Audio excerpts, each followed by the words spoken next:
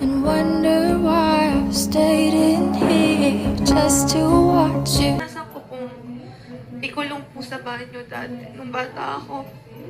Tapos po, minsan po umuwi po ako, tinidikitan po nila ako ng bubble gum sa ulo. Kasi hindi ko po sinasabi kila ate yun. Kasi po magkakaiwalay po kami magkakapatid. Kaya ate lang po talaga ako nakakapagsasabi. Tapos minsan din po, umuwi po ako walang sapatos kasi tinatago po nila yung sapatos ko. Hindi rin po ako makapagsabi nun kasi takot po ako mawalan ng kaibigan. Gusto ko lang naman po noon ng kaibigan eh. Tapos po naranasan ko rin pong magupitan po ng buhok. Tapos kinukuha po nila yung baon ko. Ganun. Minsan po uwi po akong gutom. Yung inipon ko po dati na dapat ipangregalo ko sa ate ko. Yung pera po na inipon ko. Inuha po nila. Inaano po nila ako na huwag daw po ako magsumbong.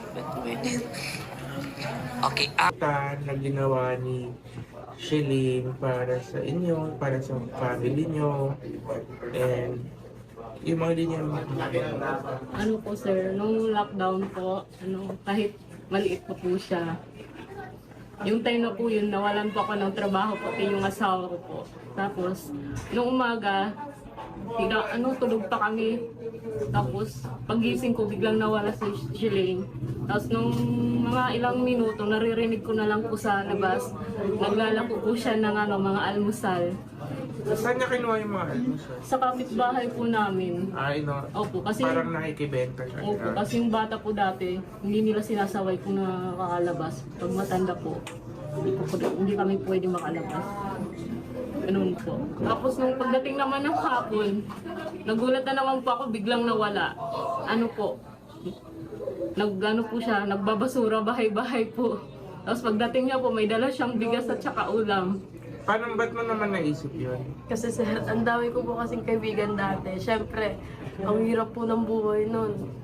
Kaya ayun, bawat po kasi namin, ayun na po yung doon na po kami nagkakapera. Kaya ayun, sumasama po ako sa mga kaibigan ko. Tapos, ayun po, naglalako-lako kami ng merienda. Tapos tuwing hapon, nagtatapon kami ng basura, magkakasama kami. Ayun, parang banding na po namin yun. Pero lockdown po nun. Ang hirap kumilos ng lahat. Opo. Paano kayo kumikita doon? Kunyari, syempre hindi naman kayo nagluluto ng mga pansit-pansit mo. Nakikihango kayo. Yun po. So paano sila magluluto? Magkano tutubuin mo kunwari sa isang Diba kunyari po, yung mga merienda, 20 po yung isa.